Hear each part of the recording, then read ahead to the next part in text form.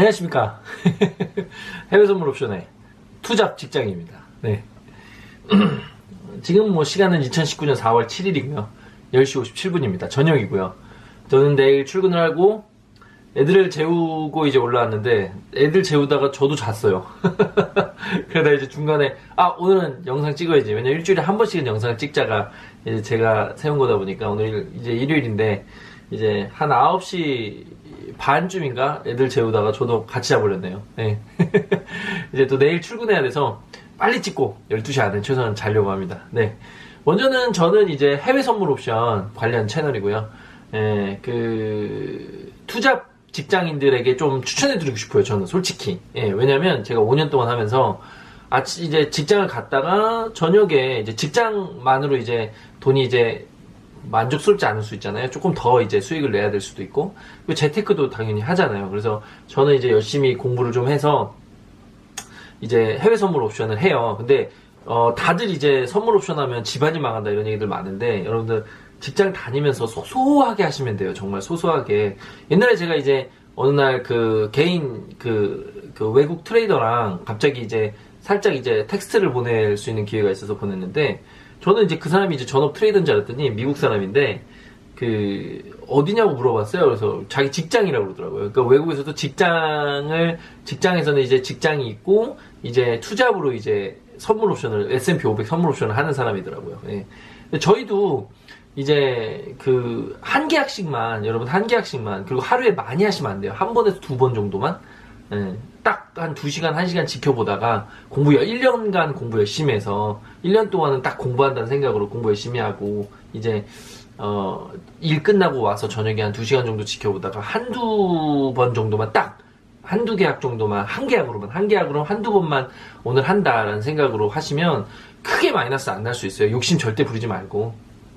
그러면 저는 재테크로서 해외 선물 옵션은 딱 좋은 것 같아요. 왜냐면 저녁에 이제 해야 되니까 해외 선물 옵션은 S&P 500은, 미국 S&P 500은. 그래서 직장 끝나고 와서 욕심 부리지 말고, 욕심 부리면 진짜 사람들이 말하는 진짜 돈을 너무 많이 잃을 수도 있기 때문에 그렇게 해외 선물 옵션 살짝씩 저녁에 공부 열심히 해서 1년 정도는 해외 모의 투자만 하면서 이렇게 하면은 좀 재테크로서 도움이 될 수 있지 않을까, 저는 약간 추천을 좀 드려요. 크게만 안 하신다면, 투잡으로 좀 괜찮은 부분이 아닐까 생각이 듭니다. 그래서 저는 투잡 직장인으로 해외 선물 옵션을 정보를 좀 공유하는 채널을 만들었다고 보시면 될 것 같아요. 먼저는, 저번 주 영상을 보시면 알겠지만, 제가 저번 주에 이제 상승을 얘기했죠. 주봉으로. 주봉. 저는 일주일마다 이제 앞에 대한 어떤 예측을 하는데, 지금까지 몇 주째 좀 맞고 있어요. 몇 주째 지금 맞고 있어서, 저도 좀 대단한데 이럴 정도로 몇 주째 맞고 있는데, 저번 주 상승폭을 예상했어요.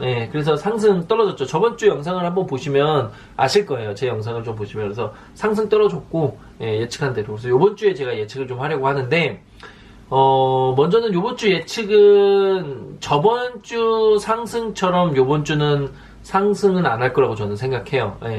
먼저는 좀 차트를 보여드리면, 이게 이제 S&P 500 캐시 차트예요. 선물 옵션 차트 말고 S&P 500 캐시. 그러니까 딱 10시 반에 이제 미국에서 장이 열리죠? 그걸 캐시장이라고 보시면 돼요. 그래서 S&P 500 캐시 차트인데, S&P 500 해외 선물 옵션 말고 캐시로. 차트 보시면 아시겠지만, 여기 되게 큰 갭 하나가 발견된 게 보이죠? 이게 월요일 장에서 만들어진 갭인데, 정말 큰 갭이 하나가 나왔어요. 그리고 여기서 마지막 금요일 날 또 갭이 하나가 나왔어요. 이제 여러분도 아시겠지만 갭이 나오면 갭을 채우려고 하는 게 얘네들 약간 그런 습성이 있어요. 갭을 채우려는 약간의 습성이 있는데, 지금 올라오면서 갭을 진짜 많이 만들었어요. 여기 또 하나 갭이 있죠. 2740에서 이 또 하나의 갭이 있죠. 이렇게 갭이 만들어지면 이제 그러니까 S&P 500 캐시장에 갭이 만들어지면 이 갭을 채우러 다시 내려오는 습성이 있어요. 그거는 되게 기간은 확정을 말씀을 못 드리죠. 하루 만에 그 갭을 채우기도 하고, 아니면 뭐 일주일, 2주일 만에 채우기도 하는데, 저는 딱 2주일 바라보고 있어요. 이 갭을 채우러. 그러니까 최소한 어디 갭을 말씀드리고 싶으면 2834, 이 갭. 2834. 그러니까 최소한 2834까지는 이 윗꼬리 단계 있네. 윗꼬리까지 쳐서 2837. 그러니까 최소한 2837까지는 이번 주나 아니면 다음 주까지는 이 갭을 채우러 내려올 거라는 거예요. 저는 그렇게 생각해요. 이 갭을 채우러. 이 갭은 되게 크게 났거든요. 이 갭을 채우러는 이번 주나 다음 주에는 올 거다. 그렇기 때문에 되게 저번 주만큼의 큰 상승은 없을 것이다 라고 저는 예측을 해요. 그래서 저는 어떤 정도의 예측을 하냐면, 근데 이제 그 갭을 채우러, 다시 좀 볼까요? 예.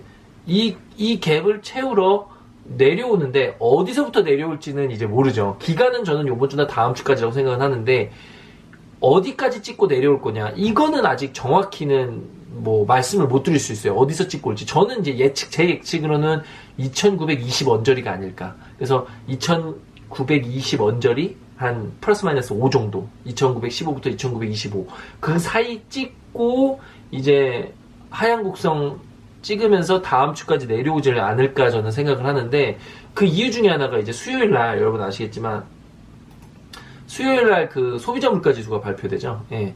요즘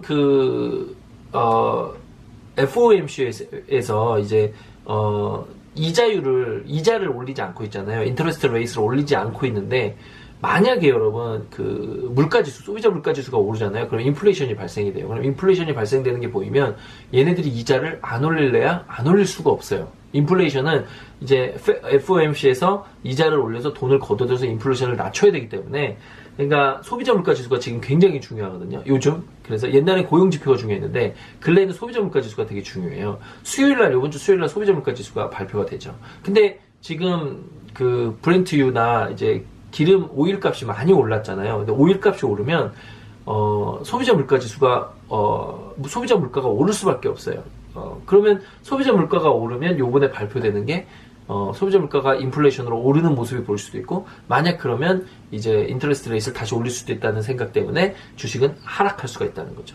예, 이런 건데 뭐 어떻게 될지 모르죠, 솔직히. 근데 저는 차트를 보면 아시겠지만 이 갭을 또 채우러 와야 되고, 그리고 일봉 보시면 아시겠지만, 일봉의 RSI 보시면 아시겠지만 RSI 70이 넘어가면 과매수 구간이라고 그래요. 근데 되게 재밌는 건 얘네들이 70을 안 뚫고 있죠.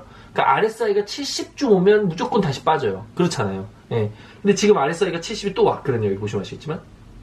그러면 최소한 저번 주만큼의 큰 상승은 없을 수 있다는 거죠. 그러니까 주봉으로 따졌을 때 말씀드리는 거예요. 일봉이 아니라 주봉으로. 그래서 주봉으로 따졌을 때 만약 오르더라도 윗꼬리를 잡고 내려오는, 그러니까 윗꼬리를 만들고 내려오는, 주봉으로 따졌을 때, 일봉이 아니라 주봉으로 따졌을 때 윗꼬리를 잡고 다음 주는 내려올 가능성이 높다라는 거예요. 그러니까 어디서부터 갭을 채우러 내려갈지는 수치는 정확히 말씀 못 드리겠지만, 저는 한 2920 정도는 예상을 해요. 어떤 그 미국 트레이더, 개인 트레이더 2945 말하는 애도 있어요. 2945 말하는 애도 있는데, 저는 한 2920 정도 언저리 부딪히고, 그때쯤부터는 이제 다시 하락할 가능성이 있다. 아까 수요일날 소비자 물가 지수 발표한다고 말씀드렸는데, 그거부터 시작될 수도 있고, 언제가 될지는 정확히 모르겠지만, 그 금요일날은 이제, 금요일부터 이제 JP 모건 체이서가 이제 그 실적 발표를 하죠. 어닝 시즌. 근데 요번 어닝 시즌 발표가 1분기는 좋을 수가 없다는 얘기를 많이 해요, 현재는.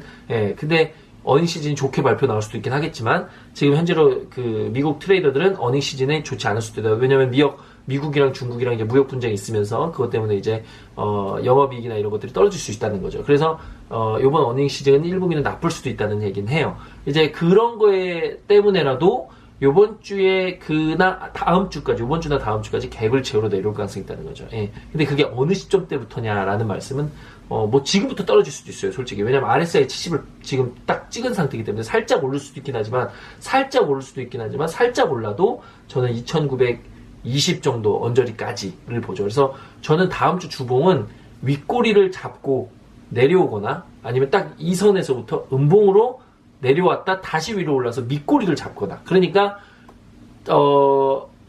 저번 주에 같은 상승은 없다, 제가 내리는 결론은. 예. 그래서 저번 주 같은 어떤 큰 양봉이 나오는 상승은 없다. 그래서 단타를 치시더라도 제가 봤을 때는 매도 쪽으로 치시는 게 이제 그 숏이죠. 숏 쪽으로 조금 치시는 게 더 낫지 않으실까라는 생각은 저는 들어요. 예. 그래서 제가 봤을 때 그게 어디서부터 내려올지에 대한 건 확신할 수 없지만, 뭐, 두 가지 차트를 말씀드리자면, 주봉으로 봤을 때, 윗꼬리 잡고 내려오는 차트, 아니면은 여기서부터 밑으로 하락하고, 윗꼬리로. 그렇다고 해서 저는 하락이 클 거라고 생각은 안 해요. 만약 하락하더라도, 다음 주 주봉이 하락하더라도, 밑꼬리를 잡고 위로 올라올 거라 생각해요. 그러니까, 다음 주는 솔직히 양매수 전략은 절대 하면 안 되는 주예요, 다음 주는. 왜냐면 다음 주에 양매수 치면, 다음 주는 그렇게 크게 좋지 않을 수도 있어요, 다음 주는. 그래서 왜냐면 윗꼬리 잡고 내려오든 아랫꼬리 잡고 올라오든 다시 원점으로 올라올 가능성이 높거든요. 다시 원점으로 오면은 양매수는 거의 마이너스가 커요. 그러니까 다음 주는 양매수 전략은 별로 도움이 안 될 거고, 저는 이제 다음 주에 단타를 치실 때 많이 올라와 있잖아요. 그럼 무조건 풋을 타시는 게, 풋이 아니라 이제 풋이나 숏이죠. 풋이나 숏을 타시는 게 좋다. 2920선이나 뭐 45까지 올라오든 어쨌든 밑방을 조금 찍으시는 게, 밑방 생각하시고 그때 좀 투자하시는 게. 근데 지금 이 라인에서 하락할 수도 있거든요. 만약 이 라인에서 하락하면 놓쳤다고 생각하시는 게 낫고, 만약 놓쳤다고 생각하신다기보다는 이 라인에서 만약 하락을 하면 뭐 목금 쪽에서 다시 그걸 위로 올릴 거예요. 그래서 밑꼬리로 잡고 올리거든요. 그러니까 제가 말씀드린 2837 갭 채우면 다시 위로 올라올 거예요. 그러니까 밑꼬리 잡고 그 점에서 끝날 수 있는 상황도 가능한 거죠. 그러니까 예를 들면 이 차트 여기 보시면 이 밑꼬리 잡힌 요런 차트로 끝날 수도 있고, 여기서부터 하락하면 이런 차트로 끝날 수도 있고, 만약 월화가 상승이면 수요일부터 떨어져서 윗꼬리 잡고 내려오는 차트로. 예.